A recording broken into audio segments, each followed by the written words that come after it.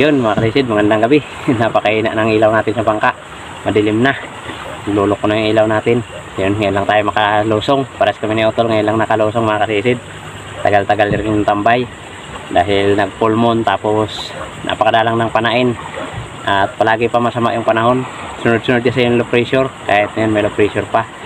So yun mga kalisid, tinamaan pa tayo na sipon. 4 na araw tayo barado yung ilong, masakit sa ulo. Sana makasisid tayo ng maayos mga kalisid, makadali tayo, makapang-ulam man lang dahil sabik na tayo sa ulam na isda mga kalisid. So yun mga kalisid, sana gabayan rin tayo ng mahal na Panginoon sa atin panisid, sa atin paghahanap buhay para maging sipo tayo, at sana swertihin na rin tayo mga kalisid. So yun, abang-abang lang mga kalisid, sana makasisid tayo ng maayos. Ito lang tayo papuntang Lagundi, si Utol nandun na papuntang Kalarayan. Abang-abang lang mga kalisid.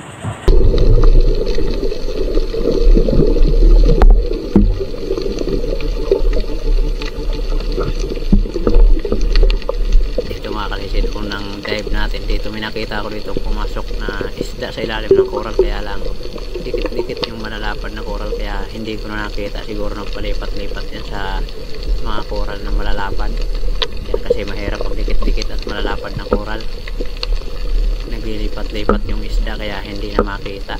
So yun mga kasisid, buwi na mano sana, kaso hindi natin nakita, kaya buklo yung unang sisid natin dito mga kasisid.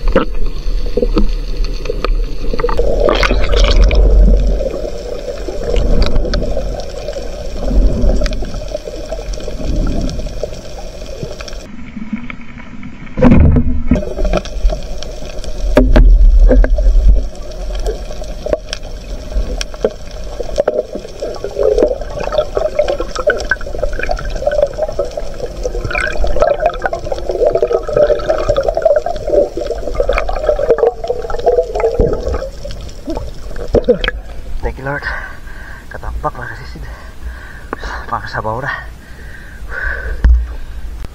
Sila Utol oh. Ayaw sumama ng marami, hindi sumasama sa gilid, andun lang sa laot, konti lang yung sumasama.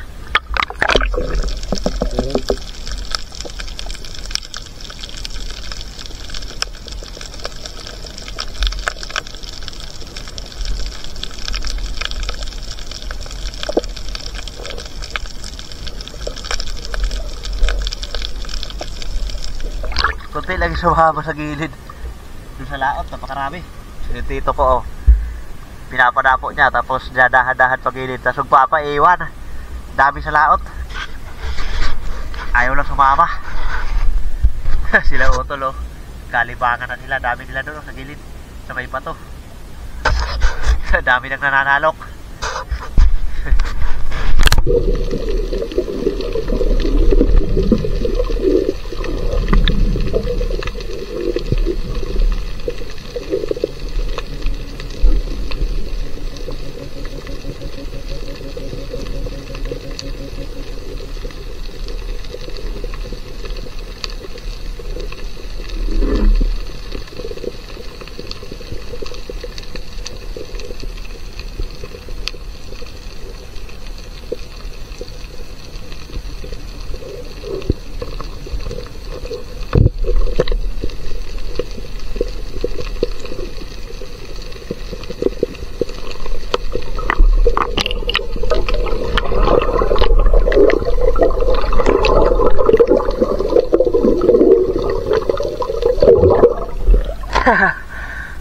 Banyak mga kasisid ang amo. Hindi natin pinara. Kulambutan mga kasisid.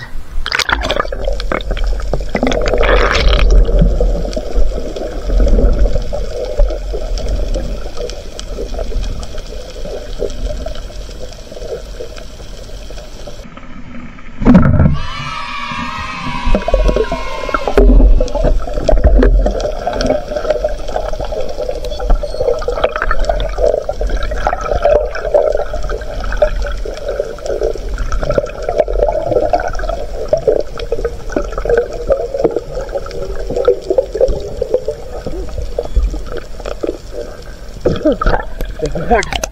Nakasya pa tayo ng kulabutan mga kasisid. Habi sakit ng tenga natin sa pagsisid. Salamat.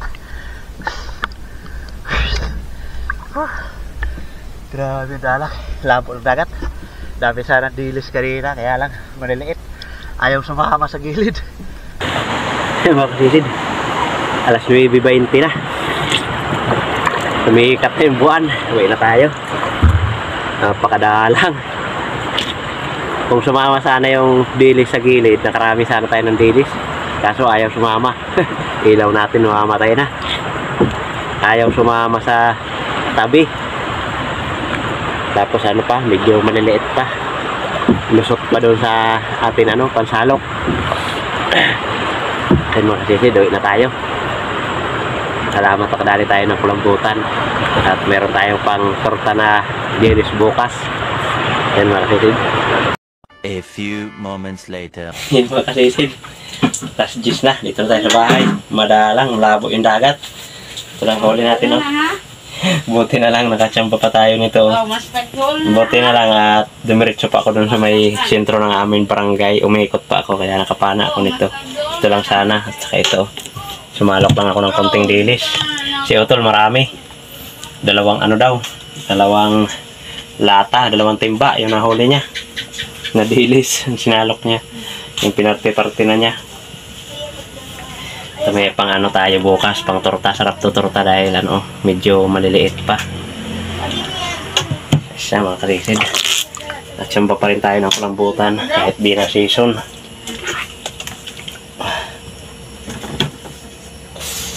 Mahigit 3 kilo. 3.1. Ayos na. Makakapang gastos na rin tayo nito mga kasisid. Ito lang. Tapos mayroon tayong isang katambak. 400 grams. May pang sabaw din tayo. Sa ayos na mga kasisid. Mahigit 3 kilo. Okay na rin yan. Kahit paano mayroon tayong biyaya. Ngayon lang tayo nakalusong. Medyo na mamaos pa tayo dahil sa sipon. Sakit sa tayo nga pag sumisid. Butin lang at hindi masakit dito. Kaya kaya natin. So yun mga kasisid, salamat pa rin sa Panginoon kahit paano ay may biyaya. Yan mga kasisid, sa susunod na video lang po tayo muna mag-shoutout. Yan, maraming salamat.